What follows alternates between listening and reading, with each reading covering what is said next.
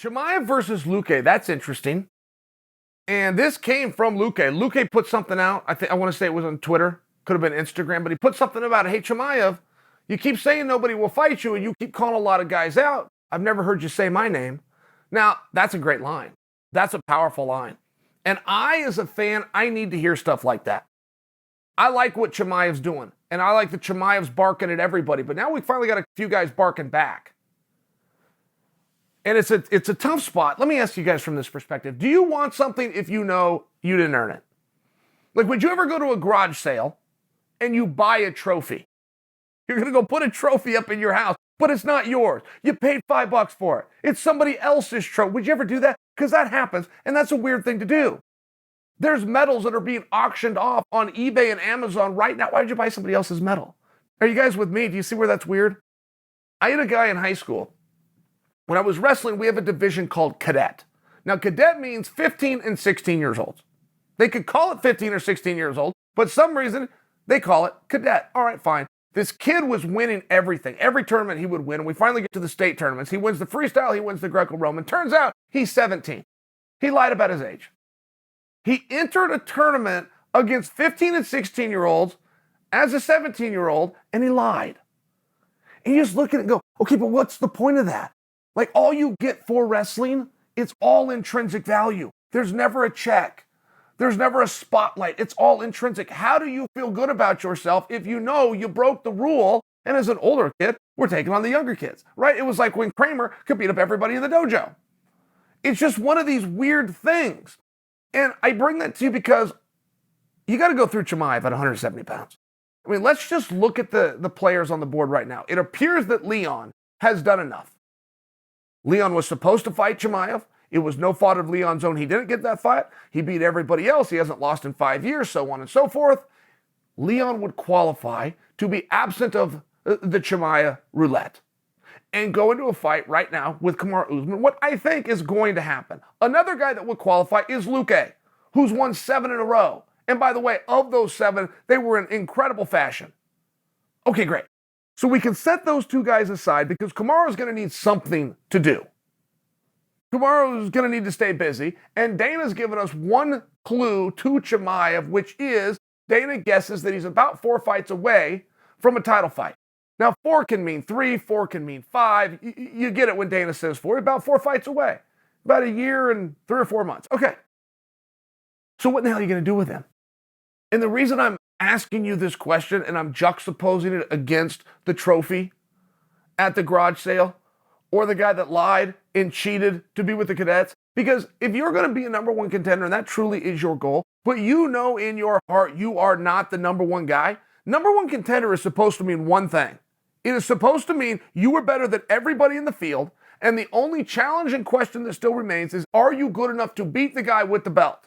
That is what a true number 1 contender is, and that is what a number 1 contendership is all about.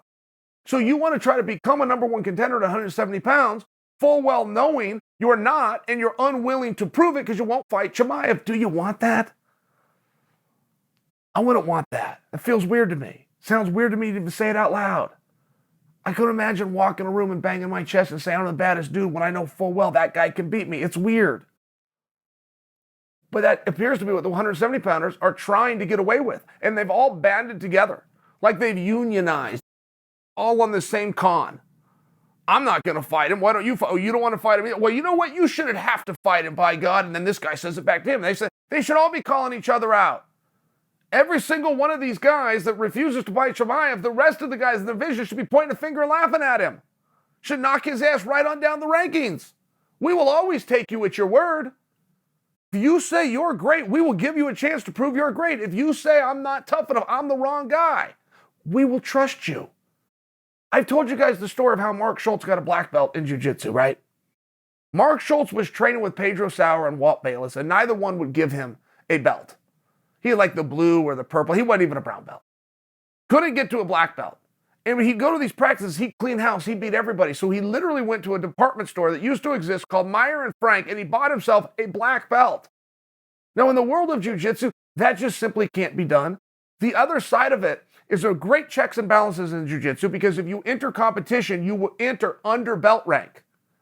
So if you claim to be a black belt and you're not, you're going to get smoked.